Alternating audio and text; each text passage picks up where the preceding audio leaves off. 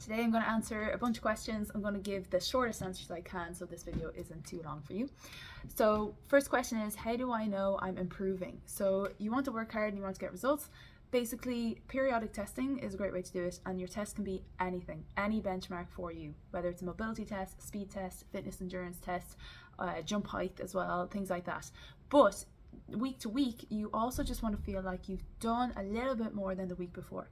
So you've either done extra reps, which are often in the program, so they're built into it already, or you've lifted a little bit more. So you've put a little bit more on the bar, maybe overall. So you did 3 sets of 10, say, and your third set, you actually went a little bit higher. It doesn't have to be every set.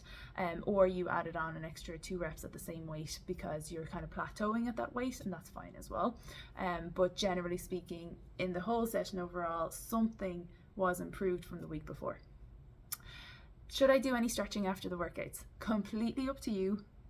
No known benefits really. I do think winding down your nervous system, taking time to just breathe in and out, get your breathing rate, your heart rate back down to normal before you leave the gym is a really good idea, and that's my favorite cool down.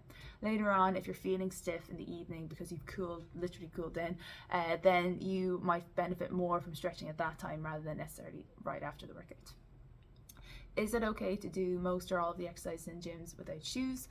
In the gym workout without shoes? So yeah, if you want to, if you're in a space where it feels safe to do so as well, just always make sure like your foot isn't going to be in a dangerous situation, something landing on it or clipping it off an edge that's a bit sharp. So I like doing everything barefoot pretty much, but I do recommend for plyometrics that you don't launch into barefoot jumping around, and you will be jumping less high in your bare feet compared to if you're in your shoes as well, so bear that in mind. When there is a superset, am I supposed to do one exercise after another? So yes, a superset is say there's a list of 3, you do the first exercise and the second exercise and the third exercise, 1 set. Then you go back to the top and repeat. This just limits how much weighting around you're doing, because if you did 3 sets in a row, you kind of have to rest and recover before you can repeat that effort as well.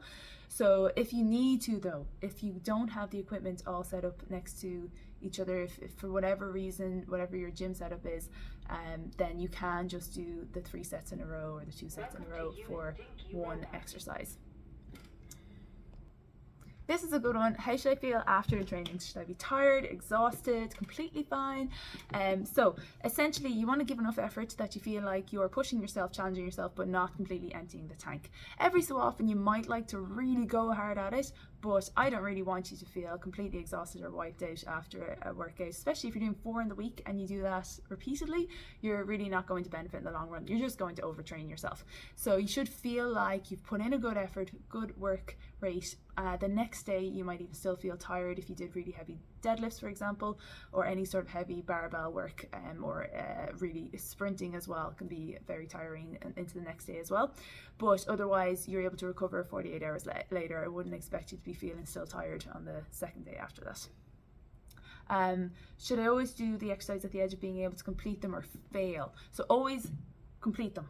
So I never really want anyone to go to failure in my design, but there is one thing coming up actually where it's a special kind of max rep lift which you can try over the New Year period, but in general we want you to be able to complete the reps. When you are going to failure, your body is exhausting its resources for the best quality movement, and then it's figuring out in those last few reps, how do I struggle through this with another kind of method of movement, a different movement strategy, and therefore it's going to put strain on other structures, and it's usually structures that are not designed to really push with that effort or in that movement. So things can get hurt essentially a lot more easily. So we don't want to keep straining ourselves in that way. Is there anything you can do to get rid of soreness quicker? Or say you have to do running the next day, can you just do the prescribed workout, or should you be adapting it? So this was in relation to feeling sore the first week after the phase changes. So with new exercises, this guy's generally sore kind of next day, and she's trying to figure out how to manage it.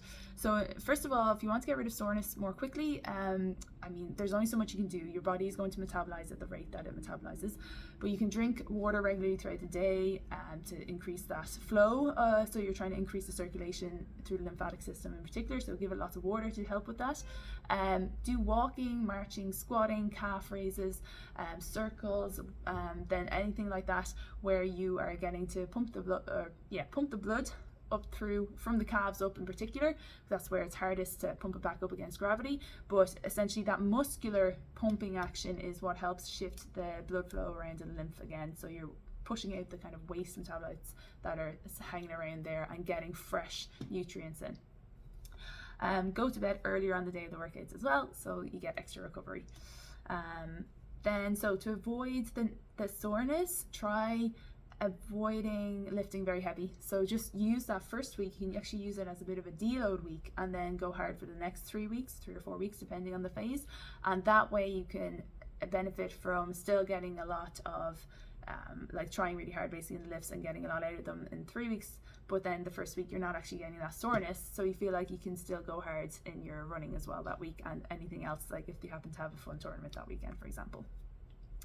And that is it for today.